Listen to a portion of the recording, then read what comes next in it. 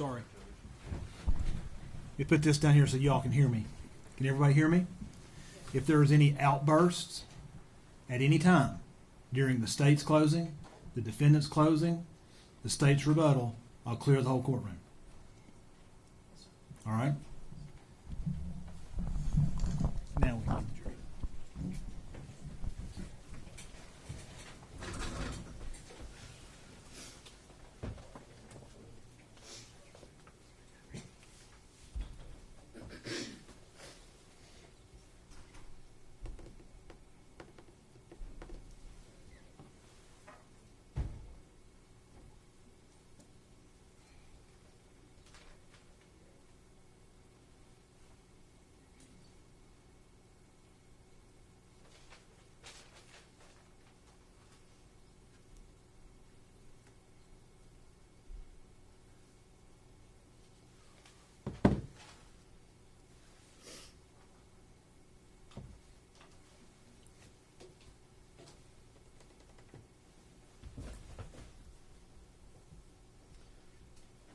You've got exhibits 1 through 5 and 93.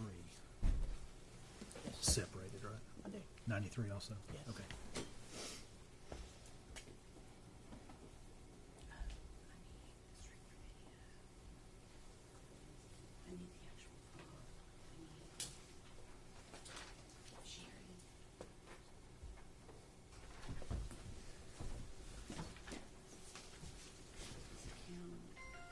I need exhibit number 183.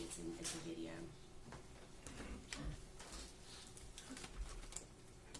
It's bad when it's one of the security officers. Huh? That was my blood sugar alone. It went real high.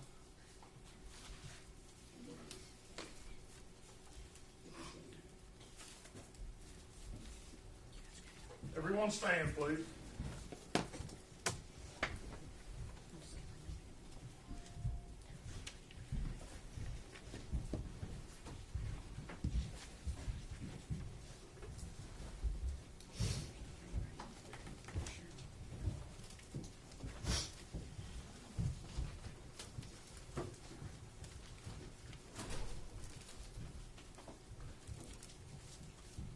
You may be seated. Thank you.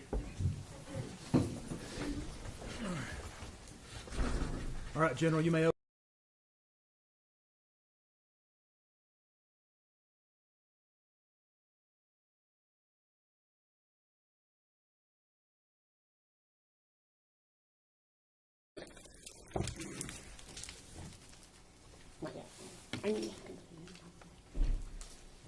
I'm going to leave this up if that's okay, Your Honor. Right.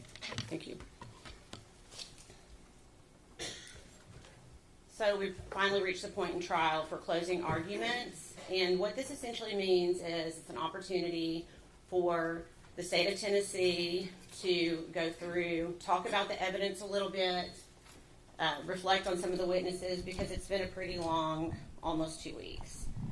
The state will go first, then one of the defense attorneys will have an opportunity to go, then the state will go again. And Matt, I'll talk a little more about that in a second, but that's because the state carries the burden of proof.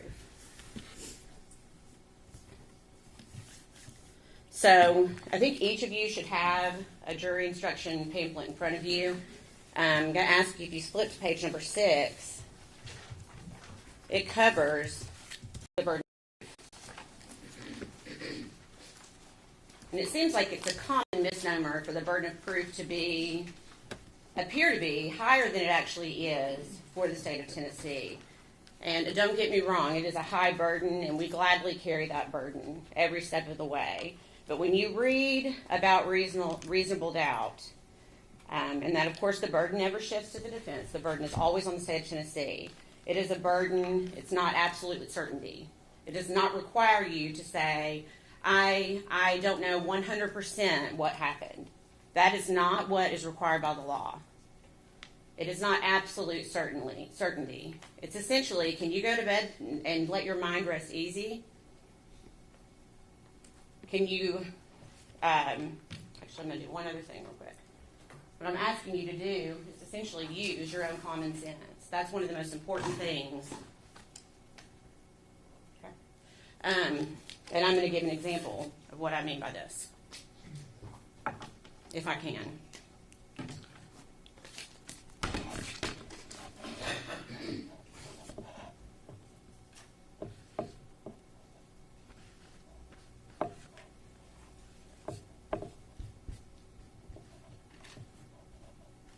It's like Wheel of Fortune. Okay?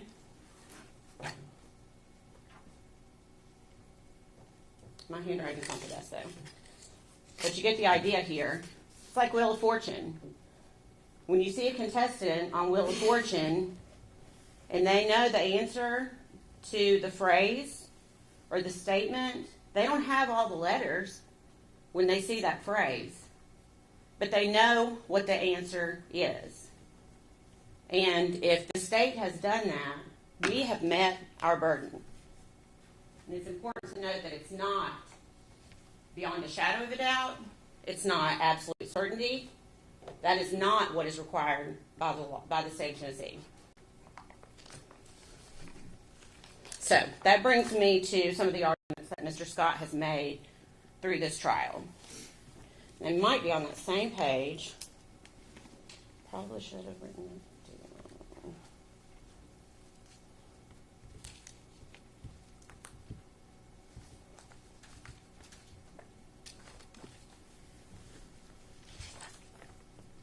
Here it is, page 5. In your instructions, in the second paragraph, it states, statements, arguments, and remarks of counsel are intended to help you in understanding the evidence and applying the law.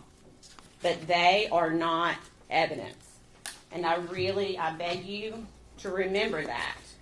When Mr. Scott gets back up and makes his arguments, remember that.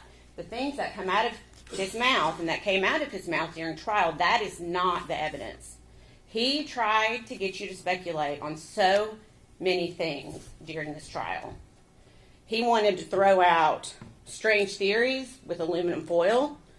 He wanted to throw out a term that doesn't even matter anymore, SIDS.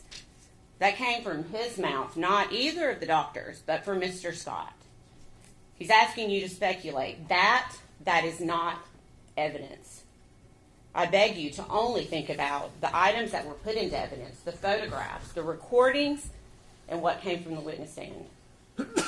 Do not let them sway you from what actually happened in this case. He kept mentioning cadaver dogs. He wanted you to think about that. But if you remember the cadaver dogs, Tommy Boswell, on his property, what did we hear him say? The cadaver dogs didn't even go up there by the playhouse. He wants you to believe maybe the body wasn't there at that time. He's trying to throw you off, but he didn't show anything. There's no proof. There's no evidence.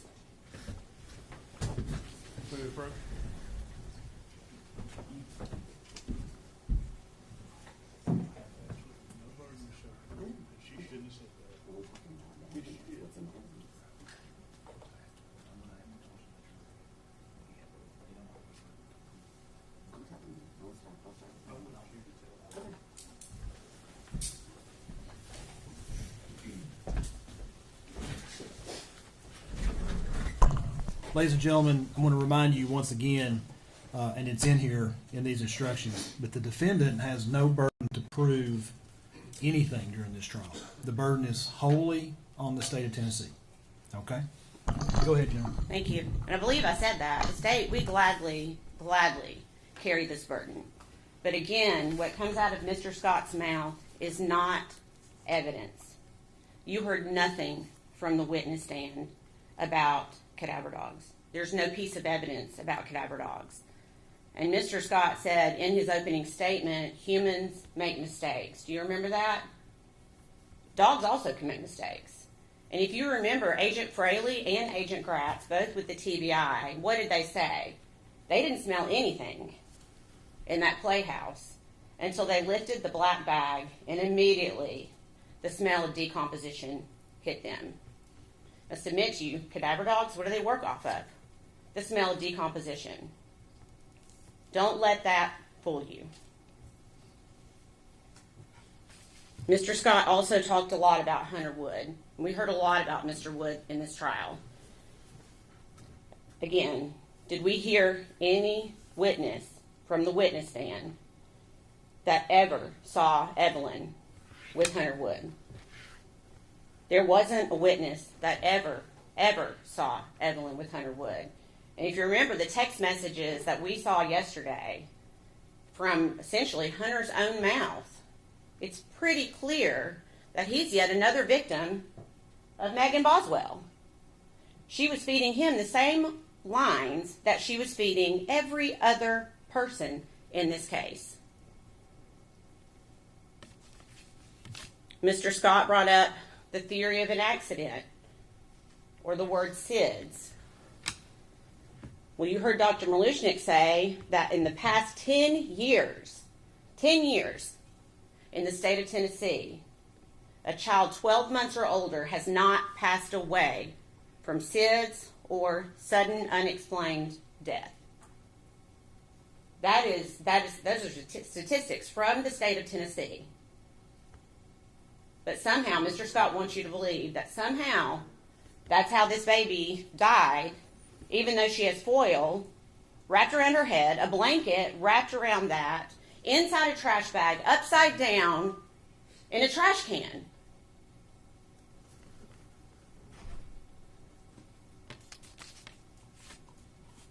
Let's go through our timeline just for a minute. What do we know? We know that Evelyn was okay until November of 2019. We know that Evelyn was seen at Thanksgiving by family. And then Megan Boswell started a new job at the Chicken Shack. What do we know after that? Megan Boswell meets Hunter Wood.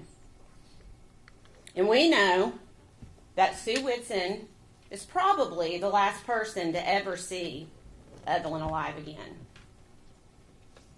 You remember the picture that Sue took?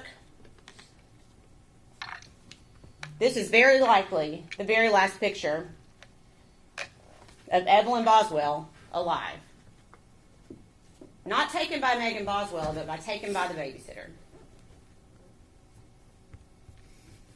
Sue Whitson testified that the last time she babysat was the end of November, early December, which just so happened to coincide with when Megan Boswell met Hunter Wood, a guy that she was hoping might change her life. But Evelyn was in the way. What did we hear? Do you remember Megan's friend, Maddie Broom? We heard a little bit about her. Her brother, Stephen Lawrence, tried to help Megan. She drove her to a few of the interviews. And if you remember, Megan was apartment shopping on December 8th. And on that date, Evelyn was not with her. And so Stephen asked her later, after it's been reported that Evelyn's missing, he says, was Evelyn gone by then? And what did Megan say? Yes, Evelyn was gone by then. So that takes our window from December 3rd, essentially when Megan Boswell started working at the Chicken Shack, to December 8th. Evelyn Boswell's 12-month well visit. Do you remember that? Scheduled for December 5th. Megan doesn't call and cancel. She just no-shows. And Casey Saltz, the receptionist there, had to reach out and ask Megan, and Megan gave some excuse, I can't remember what it was, as to why she couldn't bring her, so they rescheduled for the next day. Did Megan show up with Evelyn the next day? No, she didn't. I submit to you, that's because Evelyn was already gone at that point. Casey texts Megan again, and Megan has yet another excuse. The appointment's rescheduled one more time for December 11th, and conveniently, Megan then says, I've decided to change pediatricians. And as we can all imagine, when you change pediatricians, we all know that children have vaccine records and all of the things that come with being, especially that first 12 months of life. They've got a lot of appointments and a lot of vaccinations. So it'd be really, really important to transfer that information to the new pediatrician. Did Megan Boswell do that? No, she didn't. They never got a request from another pediatrician. That was just another line that Megan Boswell told to start trying, I say trying, to cover her tracks. We also know that on December 7th, you saw a text message yesterday from a girl named Haley Marie, and that is the very first time that Megan tells the story her dad has her. December 7th. Keep in mind, Sue Whitson saw Evelyn alive for the last time, and then Megan just stopped showing up. And then by December 7th, she's concocted her plan. And it really explains why so much time goes by. Because I know that's a question we have all had. 2.5 months goes by. 2.5 months. But now we know. We know why. Because Megan Boswell was telling every single person in her family and her closest friends that Evelyn was with her father. So what does a rational person think? Okay, we're glad. I think Tommy even said that from the stand. I was proud of him for stepping up. I was proud of him for stepping up and taking responsibility. But, time continues to pass, and you've heard witnesses, and particularly Bailey and Audrey, Megan's closest friends. They were all starting to talk and to think that something doesn't feel right. Just doesn't feel right. But no one could have known how wrong this was at the time. February 2020, finally, Tommy Boswell says, I've had enough. I want to see my granddaughter. Show her to me by tomorrow, or I'm reporting it to DCS. Well, Megan couldn't do that. Megan knew she couldn't do that because she knew where Evelyn was. We all know where Evelyn was. And so Megan did not produce Evelyn that day, and Tommy finally gets the ball rolling on trying to find this little girl. And they first show up at Hunter Wood's house on the lake in a nice neighborhood, and Megan Boswell's there, but there's no baby. There's no Evelyn. And you remember, the only thing Megan, you remember James Lewis from DCS, the only thing Megan was really able to show was this box from Hunter's bedroom. And you remember what Megan called that box? A memory box. Now, why would you call something a memory box if you were alleging that your child is still alive? This is all Megan Boswell had of Evelyn in that house. House that she was trying to show DCS that Evelyn was living in. She couldn't show him diapers. She couldn't show him a pack and play. She showed him one outfit that she held up on a hanger. Not an outfit that Evelyn had ever worn. There was no evidence that a child had ever been in that house.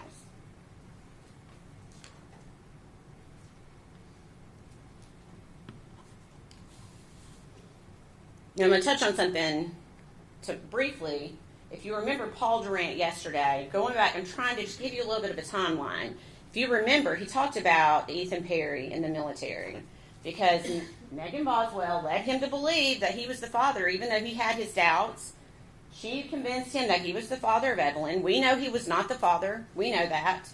And he said she was sharing photos daily, constantly sharing photos. Until what day? Do you remember the date? December 3rd. On December 3rd, Megan Boswell stopped sharing photographs of Evelyn.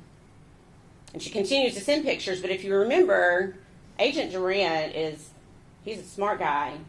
And so he was able to check her full Facebook extraction. And so she continued to send pictures to Ethan, but they weren't recent pictures. It was just another way that she could try to keep this facade going just as long as she could. Mr. Scott wants you to believe that Megan Boswell had a rough life. She was in foster care. But Megan Boswell was in foster care because of Megan Boswell, because she would not go to school. She went to foster care because she was truant. And when she left foster care, she went and lived with her dad. And of course, Evelyn was a baby at this point. I think the testimony was from February to March of 2019. And then her dad said, I'm going to get her a trailer, set her up. He bought her a brand new car, buys her a trailer. He's giving her everything she needs to raise this child. And she goes and lives with her mommy, her grandmother, from April until October of 2019. And then finally into the trailer from October to December. I think it's fair to say that she did not live in that trailer with Evelyn for very long.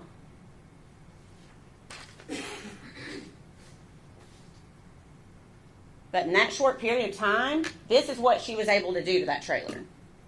Can we look at that for a second? That's what she had her child living in. If that's not neglect, she does this in 2 months. Ladies and gentlemen, I beg you to look at these pictures when you go back in the jury room. That, in 2 months, is what the defendant was able to do to the home her dad provided for her and her child. And within 2 months, Evelyn was dead. And I stated there are, maybe it's just my opinion, there are a lot of victims in this case. Bailey Hawkins, her very best friend. Did you see how difficult it was for Bailey to testify? To look at someone that she trusted, that she loved. Audrey Gibbs, same thing. They are also victims of Megan Boswell. And they will also suffer for the rest of their lives because of what Megan Boswell, the web that she created for them all to get caught in. Erica Stacy, who cared about Megan and Evelyn so much, is a victim. Gail Kite, the foster mother, she's a victim. Ethan Perry, who's serving his country, doing absolutely nothing other than his job, gets pulled up into Megan Boswell's web because Megan Boswell is only worried about Megan Boswell. And I'll submit to you that Hunter Wood, the person that they would like to blame somehow, is also a victim of Megan Boswell. She starts with first blaming Ethan Perry. She does that for a few days. And when she quickly realizes, gosh, law enforcement can figure out that I'm not telling the truth here, I guess I better tell something different, then she goes to her mom. She blames her mom, her own mother. She's willing to blame all the time knowing. I mean, we know, let's find the picture. We know where Evelyn was.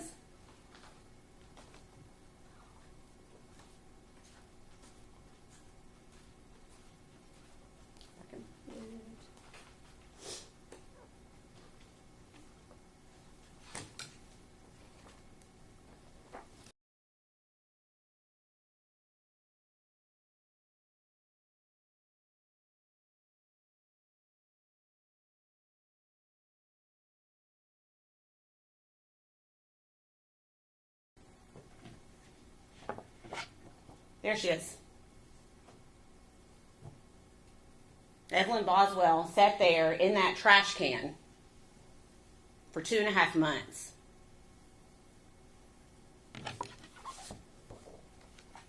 And her mom discarded her, not just Evelyn, but everything that was associated with Evelyn. Everything. Because she didn't need it anymore. Everything. She didn't need that stroller anymore, so she left it behind. She didn't need the clothing. Do you remember all the pictures that came in and all that stuff that was in that shed? Because she didn't need it anymore, because she knew where Evelyn was. The defense wants you to believe that Hunter Wood is the one that backed Megan's car up to that shed in the middle of the day. In the middle of the day, Hunter's just going to go over there. He has a truck. The testimony was that Hunter had a big truck. Now, why in the world, if he had a truck, I mean, this clearly took more than one trip. I guarantee you. Look at all this stuff. They want you to believe that Hunter Wood backed Megan Boswell's car up to that shed that day. Tommy came home. It was in the middle of the day. Where's the diagram?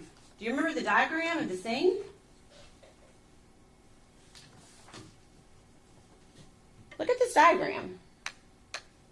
They somehow want you to believe that Hunter Wood pulls up this driveway and comes to this shed right here, right in front of Omani's house. Tommy's house, up on the hill, in the middle of the day. Is that reasonable? What is reasonable? How about that Megan Boswell is the one who drove her own vehicle, the vehicle her dad bought for her, up to that shed, because Megan Boswell is the one who had a key fob. Remember, there's a gate there that only opens with a key fob. That's the only way a car is coming through that driveway.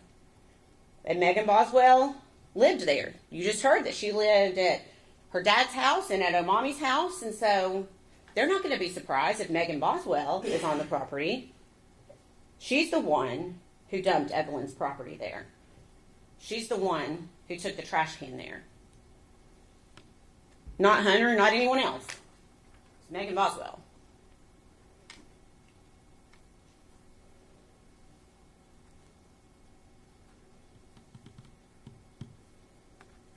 Do you remember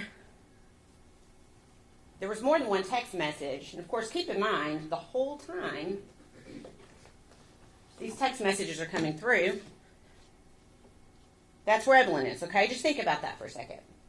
I'm not going to take the time to go through these because you can do that. You can take all of this back with you into the jury room. I encourage you to go back and read all of these text messages and remember the dates that we've talked about. But while Evelyn Boswell is sitting in this trash can and people are asking Megan, how's Evelyn? What does Megan say more than once? Mean as fuck. First of all, she's a 12-month-old child. And every other witness said that she was a lovely child to be around. And it's not a very nice statement to begin with, but it's definitely not a very nice statement when your kid is shoved down into a trash can upside down. And you know that. Agent Fraley was on the stand, and you heard Megan Boswell admit that she knew Evelyn was dead. She was telling all of those stories to law enforcement. And she told more than one person, Evelyn's mean as fuck. And when Agent Grass asked her about it, she goes, what's your point? What's your point? And that's an interview with Agent Grass that you can also go back and watch if you'd like to do that.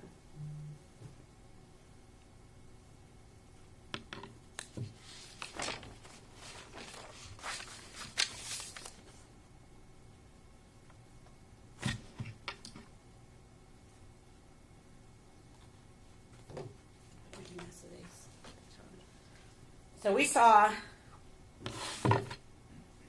the defendant enjoyed crying during this trial because she has an audience and she really enjoys that. But did we see her crying any other time? Did we see her crying from the witnesses on the witness stand and what they told us about her? Did we see her crying in the evidence that came in? No, Megan wasn't crying. Do you think she was crying when she filled out this apartment application with Hunter Wood, where they list 3 occupants are going to live in the apartment?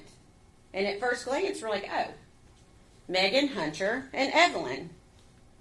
But that's not what the defendant told David Gratz. Do you remember what she told him? She said the 3rd occupant is the baby she's pregnant with because Hunter doesn't want Evelyn to live with him.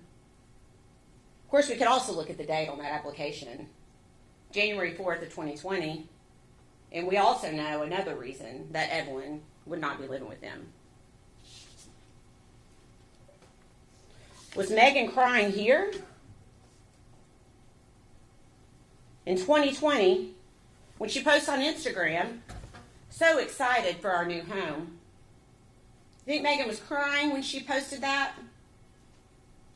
To me, it looks like maybe Megan's just moving on with her life. As if Evelyn never even existed. What about here? Also posted in 2020. Keep in mind, Evelyn's still upside down in a trash can because Megan's not told anyone where she is. She's still spinning her lies. Do you think she sat here when she's picking out furniture for their new house? But she's sad today. She has the gall to sit here and cry today and pretend she can't look at the pictures of what she did to her child. What about this one? Proud of my baby. New 2020 High Country.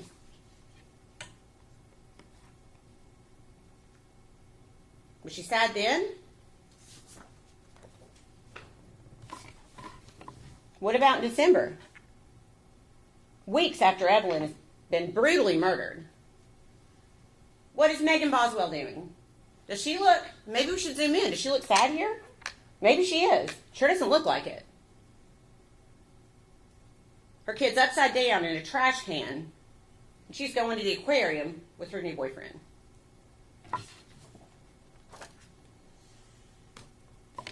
What about here? She doesn't look very sad to me. Hiking in Blowing Rock in 2020. No Evelyn. Evelyn's missing. Still missing at this time. There's Megan hiking with her new boyfriend, moving on with her life. Not crying.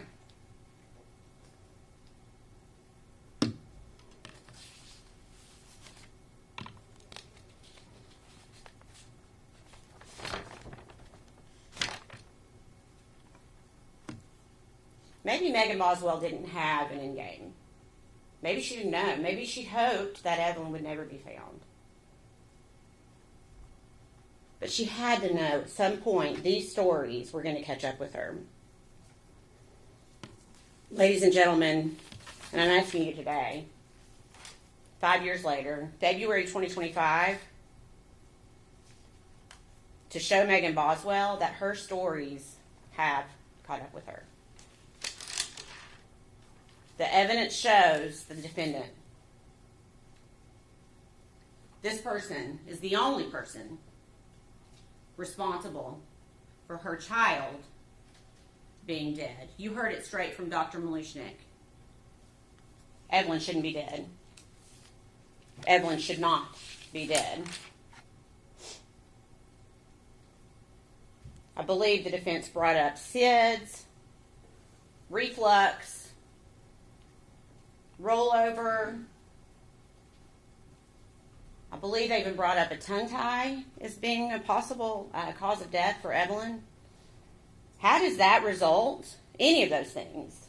You know, he said in the beginning, the state can't even prove how she died. Are you kidding me? How does that end up with a baby in a trash can? The DNA. Let's talk about the DNA for a second. You've got the gloves that are in the trash can. And the defense somehow wants you to believe that gloves will keep fingerprints from happening. And then I guess whoever did that then took the gloves off, cut them up, because they're cut up in small pieces and you can look at them when you get back there, and then dispose of them in the same trash can that the baby's in. That doesn't make sense. That doesn't make sense. And funny enough, guess what is there? Is DNA that matches Megan Boswell, that matches Evelyn. Go back through the testimony. There's not one piece of DNA, not one, that shows anyone, not Hunter Wood, not anyone else other than Megan Boswell is associated with that trash can, the evidence in the trash bags. And you heard Marla Gray, the DNA expert, talk about the mixture of DNA on some pillows that were found in the shed. And you also heard her say that could even be from the person who made them in the factory. Or it could be from the person who touched the pillow at Walmart when they were trying to decide if they were going to buy it. It wasn't even enough DNA to test. So don't be led to believe that because of that, there's some unknown stranger who did these things. Look at the evidence. Look at the evidence that's in front of you. We have evidence. We have shown you the evidence. Don't think about the speculation. Don't think about the what ifs. Look at the evidence. some really, really good. If I could, can I see the trash can for just a second, please?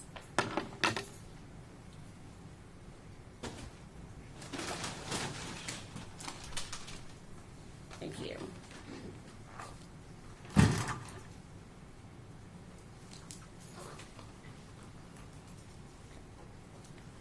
Whose fingerprints were on the trash can? Do you remember what Agent Hoover said from the TBI yesterday? Of course, he's removed the rim. We talked about how it's smooth under the rim. If you're going to carry a trash can, how do you pick it up to carry it under the rim? Whose fingerprints were under that rim? Megan Boswell. Megan Boswell's fingerprints were under that rim.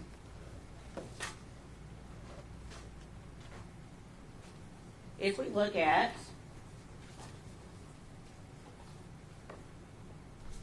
Exhibit 17, can you see the black trash bag there? Whose fingerprints are on that trash bag? Megan Boswell's fingerprints. And you heard Dr. Malushnik say, and I think you can see for yourself, that trash bag's not just gently placed down into the trash can. It has been forcefully, and it's a hard image. It's a very difficult image to think about.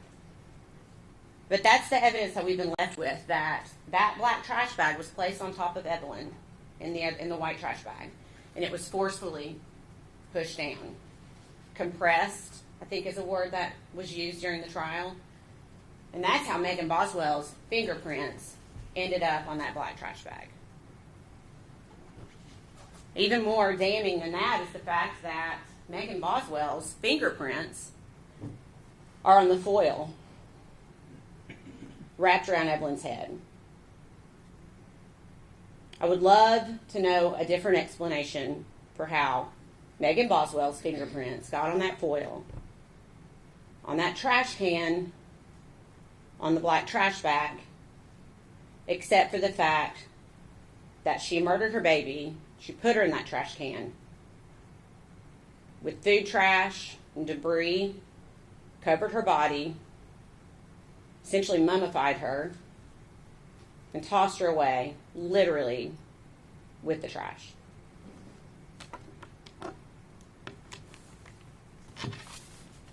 Mr. Scott would like for you to think that the doctor's testimony, just that they shouldn't be able to just decide things in a vacuum. He kept mentioning, well, what if a child's dead on a table? And I think we all know that is not how doctors operate. Doctors operate off of medical histories and any information they can get. And that's what both doctors did in this case. They took everything, her birth records, her pediatric records, the scene itself, before they came to their conclusion. They don't operate in a vacuum. I think those were the words that Dr. Malushnik used, is they do not operate in a vacuum. And they determined what? Both doctors agree that this was a violent homicide, and that Evelyn Boswell died from some sort of asphyxiation. So, suffocation, I guess, is the easiest way to say it. So, if it was not for, say, the position of her body upside down in the trash can, that could have killed her.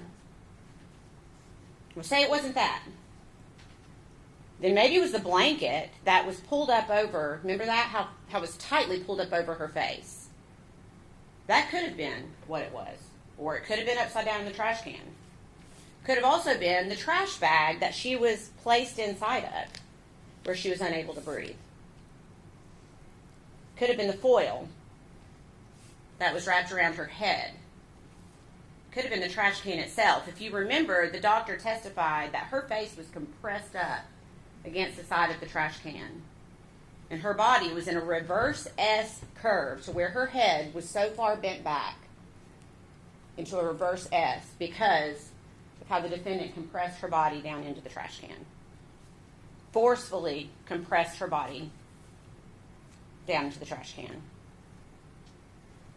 Her head and neck were wrapped so tightly with foil that even when they removed the foil, you could still see the impression of the foil on her face. you could still see the trash can form still to her face.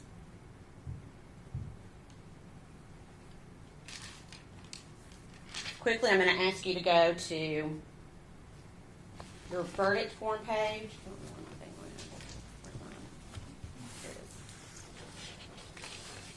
And it's going to be probably at the very end of your packet. Page 50 is where it starts.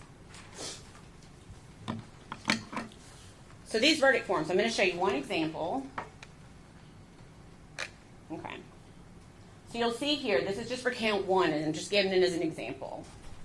We, the jury, find the defendant and mark the appropriate box. So if you go back in the jury room and you agree as a whole that Megan Boswell is guilty of first-degree murder, you do not need to consider anything below that.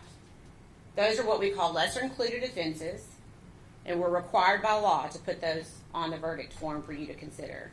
But if you unanimously agree that Megan Boswell is guilty of first-degree murder, you can check that box and move on. You are not required to go through every single one of those if you believe that she is guilty of what she's charged with in that count. And if you go through these, you will see that each count of the indictment is similar. There are lesser included offenses for each one of these. And again, I will ask you that if you can unanimously agree, you do not need to go any further on that verdict form. The state has to prove several elements for each charge, and those are also in your packet.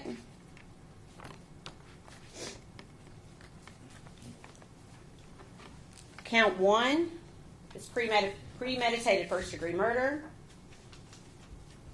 that the defendant unlawfully killed the victim, that the defendant acted intentionally, and that the killing was premeditated. The next page defines premeditation for you as an act that was done after the exercise of reflection and judgment. It means that the intent to kill must have been formed prior to the act itself. So that means essentially when Megan Boswell wrapped Evelyn in the blanket, and you think, well, maybe she didn't have premeditation then. She could have formed premeditation in the time where she applied the foil, or premeditation in the time that she put her in that trash bag, or premeditation in the time that she pushed the next trash bag on top of her body. Ladies and gentlemen, I submit to you there is nothing about this case that is not premeditated. Count 2 and count 3 are what we call felony murder in the state of Tennessee. That's where we allege that a murder happened during a certain felony. And these felonies are aggravated child abuse and aggravated child neglect. Again, those go hand in hand with premeditated first-degree murder.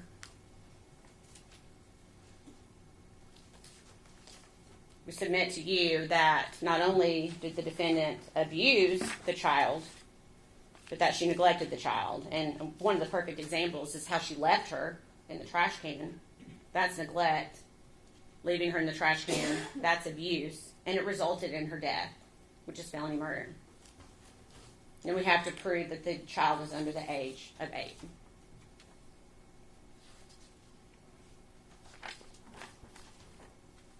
There are many counts of false report. Page 29, I think, is where it starts. And it's counts, I believe, 7 through 17. The state must prove that the statement was made by the defendant, that it was made in response to a legitimate inquiry by law enforcement, and that it concerned material fact about the incident within the officer's concern. And if you remember, the defendant herself admits more than once that what she told the police was not true. So I submit that the state has proven each of those counts. Count 19, abuse of a corpse, page 30. The state must prove that the defendant mistreated a corpse in a manner offensive to the sensibilities of an ordinary person, that she acted without legal privilege and acted knowingly. And I think that count speaks for itself, along with count 20, which is failure to report a death.